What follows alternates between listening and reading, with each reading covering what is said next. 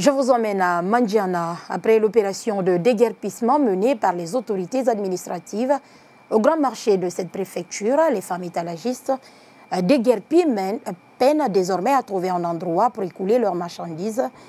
Le marché construit lors des fêtes tournantes de l'indépendance, qui est resté longtemps inoccupé, est l'unique option pour ces femmes. Mais de ce côté également, elles rencontrent toutes les difficultés. Souleymane Kato Kamara, Mamadi Konoma Keita, pour nous en dire plus.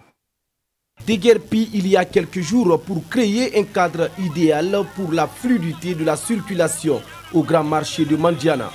Les femmes étalagistes sont partagées entre désespoir et difficultés.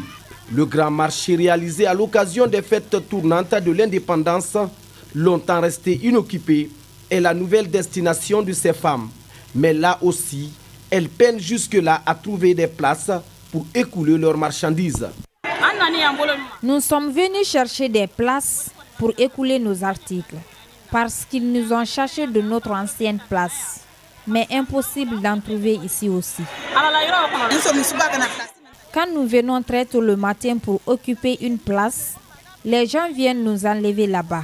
Ça ne doit pas continuer comme ça. Nous sommes des mères de famille quand même.